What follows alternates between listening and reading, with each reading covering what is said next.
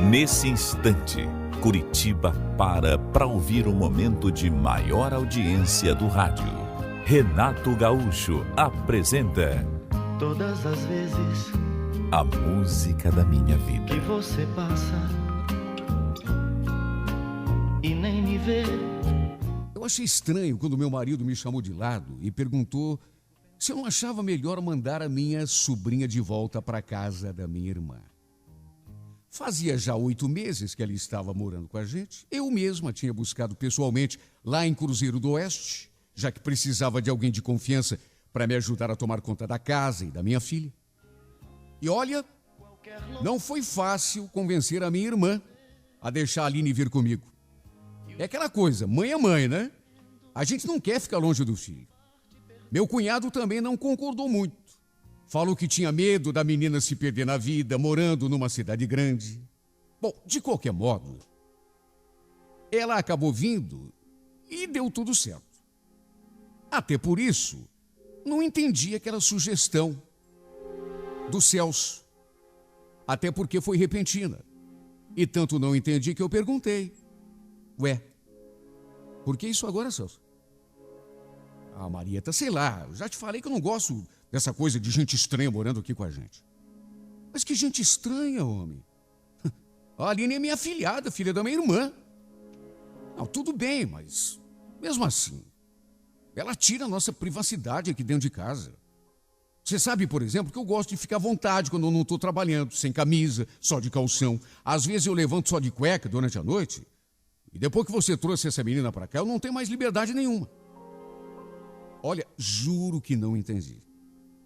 Até porque, como eu disse, fazia já 8 meses que ele estava ali com a gente. E ele nunca tinha reclamado. Bom, de qualquer modo, expliquei que não podia mandá-la de volta. Pelo menos não naquele momento. Primeiro porque eu ainda estava precisando dela para me ajudar em casa. Sem contar que ela estava estudando. Além do mais, a Aline, ela sempre foi tão educada, tão prestativa, tão quietinha. Francamente, eu não imaginava que a minha sobrinha, tão novinha, pudesse ter a cabeça tão no lugar. E eu digo isso porque ela estudava à noite e nunca foi de aprontar. Nunca. A minha irmã, aliás, não queria que ela estudasse à noite, assim como o meu cunhado. Eles tinham medo que a menina se deslumbrasse com a cidade grande, o movimento, coisas com as quais ela não estava acostumada, e acabasse se desencaminhando. Mas eu prometi que ia ficar de olho. Além do mais, não tinha mesmo outro jeito, já que eu precisava dela em período integral para cuidar da minha filha. O fato é que depois dessa conversa que eu tive com o meu marido, eu comecei a prestar atenção e notei que ele começou a tratar a Aline de um jeito estranho, meio agressivo. Sabe, gritava com a menina por qualquer motivo, ficava dando ordens como se ela fosse uma empregadinha, coisas que até então ele não fazia. Puxa vida, era a sobrinha dele também. Até que um certo dia, eu saí do banho e peguei os dois no meio de uma espécie de discussão, na cozinha. Eu não consegui entender direito o que eles falavam, até porque assim que cruzei a porta, eles imediatamente pararam de falar. Nesse dia resolvi dar uma dura no meu marido. Escuta, Celso, o que é isso, hein? Você está tratando a Aline desse jeito por quê? Ele resmungou qualquer coisa e tomou o rumo do quarto. Desconversou. Depois, naturalmente, eu fui conversar com a menina. Quando perguntei o que tinha acontecido, ela só baixou a cabeça e também desconversou. Não é nada não, tia. A gente só estava conversando. Olha, não sei explicar. Mas de repente eu comecei a sentir um clima esquisito. Alguma coisa estava acontecendo dentro da minha casa e parece que só eu não sabia. Sabe, não dava para entender aquela súbita mudança de comportamento do Celso em relação à menina. Meu Deus, a minha filhada nunca incomodou. Sabe, menina trabalhadora, quietinha. Não tinha boca para nada. E o pior é que depois daquilo, eu cheguei a pegá-la chorando no quarto 2 vezes seguidas. E sempre que eu perguntava o que tinha acontecido, ela desconversava. Dizia que não era nada, que era só saudade da mãe. Só que alguma coisa me dizia que não era só isso. Sabe a intuição? Até que um dia eu tive aquela ideia. Faltava pouco para as férias de julho. Pensei em aproveitar que ela não tinha aula e mandá-la de volta para Cruzeiro, visitar os pais. Não para ficar, simplesmente para passar uns dias. Quem sabe isso ajudasse a baixar um pouco a poeira ali em casa. E foi exatamente isso que eu fiz. Não era uma volta definitiva, até porque, repito, eu continuava precisando dela aqui.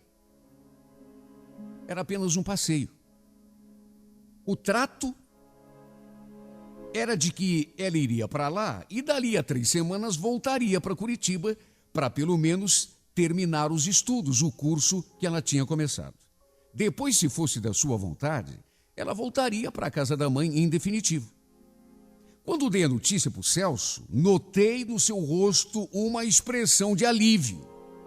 Graças a Deus, Maria. Não aguentava mais essa menina no meu pé. Sabe, quando ele falou aquilo, usou aquela expressão, eu fiquei intrigada. No teu pé? Ué, como assim no teu pé? Ele se atrapalhou todo para responder. Ah, Maria, tem modo de falar.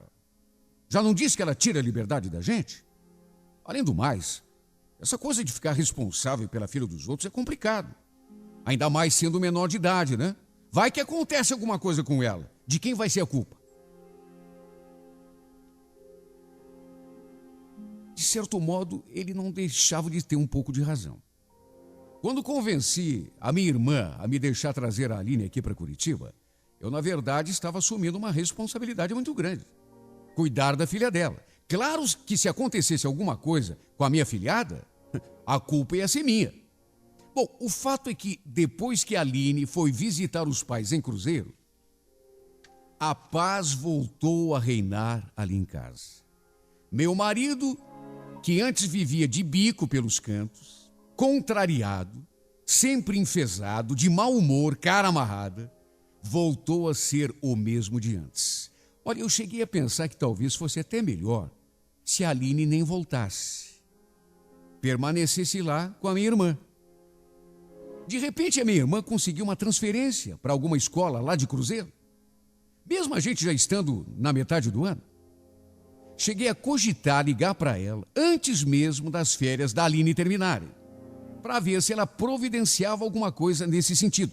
O que eu não queria era viver naquele pé de guerra com o meu marido. Não ia ficar arriscando o meu casamento só para manter a minha sobrinha comigo. O problema é que antes que isso acontecesse, a bomba explodiu. Ela tinha viajado lá para Cruzeiro na terça-feira. E no sábado à noite, eu estava terminando o jantar quando o telefone tocou. Meu marido tinha dado um pulinho no bar e ainda não tinha voltado. De modo que baixei o fogo das panelas e fui atender. Era a minha irmã, nervosa, estressada, inconformada, revoltada. Como que você foi deixar isso acontecer, hein, Marieta? Aconteceu o quê, mulher? Não estou entendendo nada. Como que? Você por acaso não sabe que a Aline está grávida? Olha, quando ela falou aquilo, eu cheguei a ter uma tontura. Quase caí de costas. Grávida? Mas que história absurda é essa, Tereza? Não estou sabendo de nada. Aliás, você só pode estar enganada. A Aline praticamente nem saía de casa. Que loucura! Foi nesse ponto que a minha irmã atingiu o grau máximo da irritação. E por acaso precisa sair de casa pro safado do teu marido engravidar a menina? Quem, o Celso? Mas que sandice é essa, Tereza? Ficou louca? Louca tá você, que deixa teu marido aprontar com a tua sobrinha menor de idade debaixo do teu nariz. Eu não acredito que você não saiba.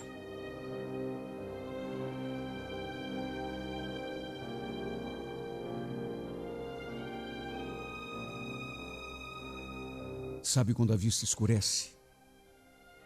Sabe quando parece que tudo começa a rodar? Olha, eu só não caí para trás porque já estava sentada, mas senti uma moleza tão grande tomando conta do meu corpo todo que quase desfaleci. E como se fosse pouco, ela ainda contou que o Nelson, meu cunhado, estava vindo para Curitiba para acertar as contas com o Celso. Segundo ela, o Nelson estava muito nervoso, descontrolado. Fiquei atarantada. Na hora, desesperada, eu, na verdade, me importei muito mais com o que pudesse acontecer com o meu marido do que propriamente com aquela história absurda que a minha irmã tinha contado. Fiquei tão zonza que não consegui nem raciocinar direito. Quando chegou do bar, mesmo posto contra a parede, ele negou tudo. Disse que era tudo invenção da minha sobrinha, que ele nunca tinha encostado um dedo nela. Olha, chegou a jurar que jamais teria coragem de abusar da menina, ainda menos ali dentro da nossa própria casa. Eu fiquei sem saber em quem acreditar. E o pior é que o Nelson realmente veio para Curitiba tirar a história limpo. A discussão foi muito séria. Olha, eu cheguei a temer até por uma desgraça. Porque ele realmente veio com tudo. Nervoso, revoltado. Meu cunhado deu de dedo na cara do meu marido. Tu não é homem, cara. Tu não é homem, seu infeliz. Homem de verdade não faz o que tu fez. Abusar da menina e justamente a minha filha. Tu sabe quantos anos tem a minha filha, seu desgraçado? Eu vou te botar na cadeia, seu ordinário. Isso não vai ficar assim. Mas não vai mesmo. Eu te mato. Eu te mato.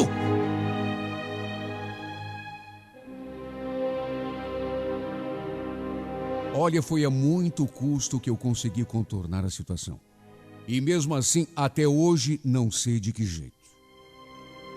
Se eu não me metesse no meio dos dois, teria até morte. Disso eu não tenho dúvida. Meu cunhado ficou fora de si. E é claro que se aquilo fosse mesmo verdade, ele estaria coberto de razão. Eu olhava para a cara do meu marido e não acreditava. Deus do céu, será que ele tinha sido capaz de se meter com a minha afilhada e tudo ali na nossa casa, debaixo do meu nariz? Quanto mais eu pensava, menos eu acreditava. Não era possível. Ele, no entanto, continuou negando. Apesar da pressão do meu cunhado, ele continuou negando. Jurou que a menina tinha inventado aquela história só para ferrar com ele. Chegou uma hora que até eu comecei a achar que não podia ser mentira. Sim, porque a troco de que a minha afilhada ia inventar uma coisa daquelas? Sem contar que há muito tempo eu já vinha notando que os dois andavam se estranhando. O Celso vivia implicando com ela, pedindo que eu a mandasse de volta lá para a casa dos pais. Será que essa atitude dele tinha a ver com aquela suposta gravidez? Sinceramente, não sei. Quanto mais eu penso, mais confuso eu fico. O nascimento da criança está previsto para fevereiro do ano que vem. Até hoje ele nega. Jura por tudo quanto é mais sagrado que nunca encostou um dedo na minha sobrinha. Mais do que isso, afirma que ela, sim, vivia a provocá-lo quando os dois estavam sozinhos em casa. Repito, não sei no que acreditar. Só Deus sabe o quanto eu desejo que meu marido esteja dizendo a verdade. Mas sou obrigada a confessar que, se tivesse de apostar na sua sinceridade, talvez eu não tivesse coragem. Cheguei a ir até Cruzeiro do Oeste naquela mesma semana. E a menina jurou que tinha se deitado com ele. Por mais que eu queira tapar o sol com a peneira, eu percebi que ela estava sendo sincera. Minha sobrinha chegou a chorar na minha frente quando me contou como tudo aconteceu. E o pior é que, pelo que ela me contou, foi quase um estupro.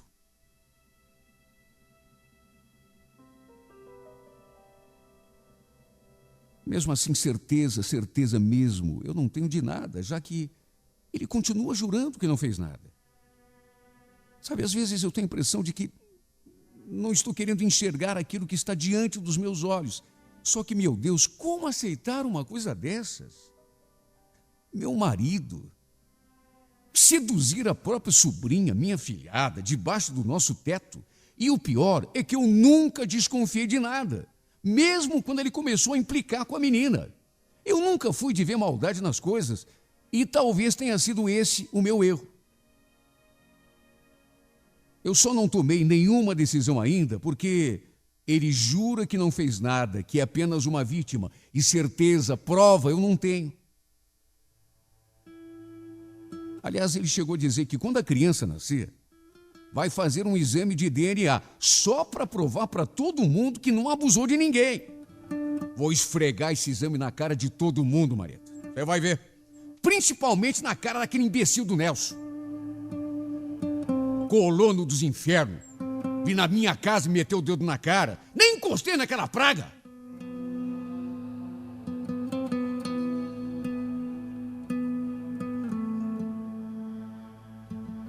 Sabe, eu acho que por tudo que já vivemos, inclusive pelo nosso filho, meu marido merece, no mínimo, um voto de confiança da minha parte.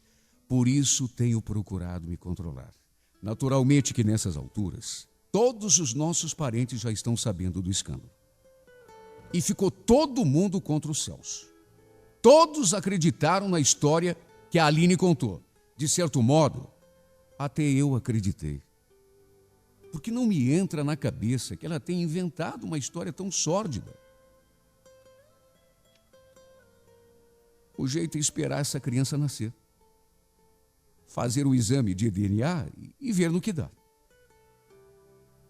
Eu, sinceramente, ainda não sei o que vou fazer caso o pior seja confirmado. Não sei em que pé vai ficar o meu casamento com o Celso, como vai ficar a nossa família. Tudo isso mexeu demais com todo mundo. Rezo para que tudo não passe de um grande mal-entendido. Invenção da minha sobrinha. Seria o melhor para todo mundo. Só Deus sabe como anda a minha vida depois que esse inferno começou.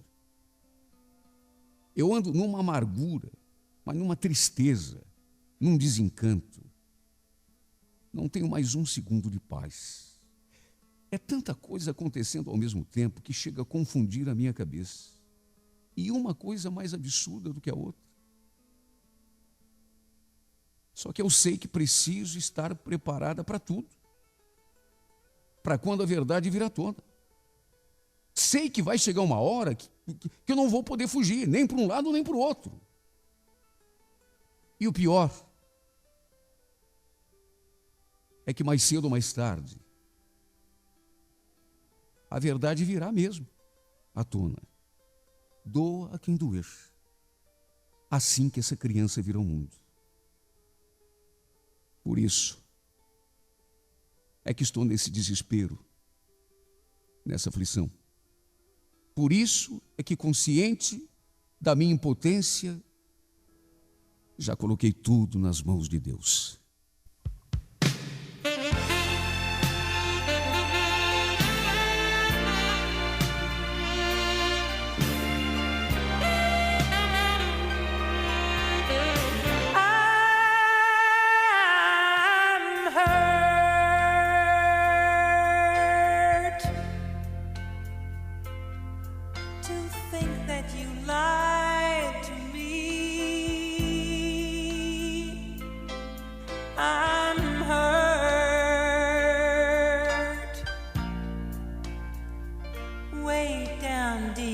inside of me.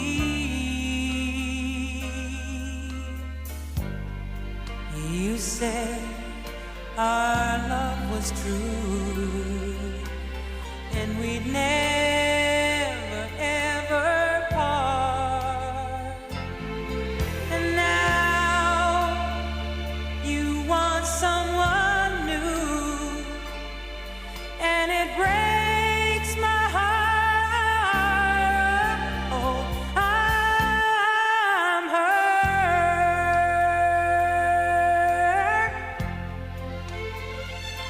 much more than you'll ever know.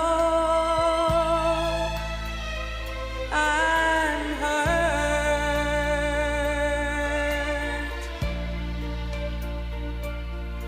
because I still love you so.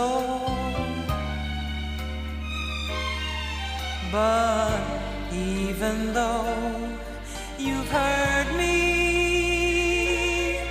like nobody else could do, I would never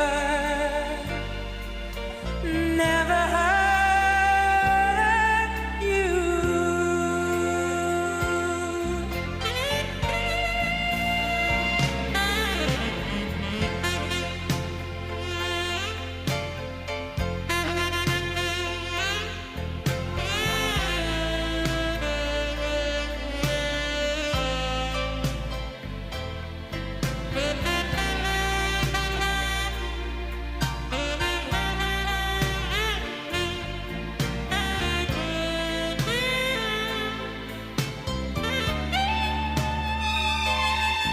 But even though you've hurt me like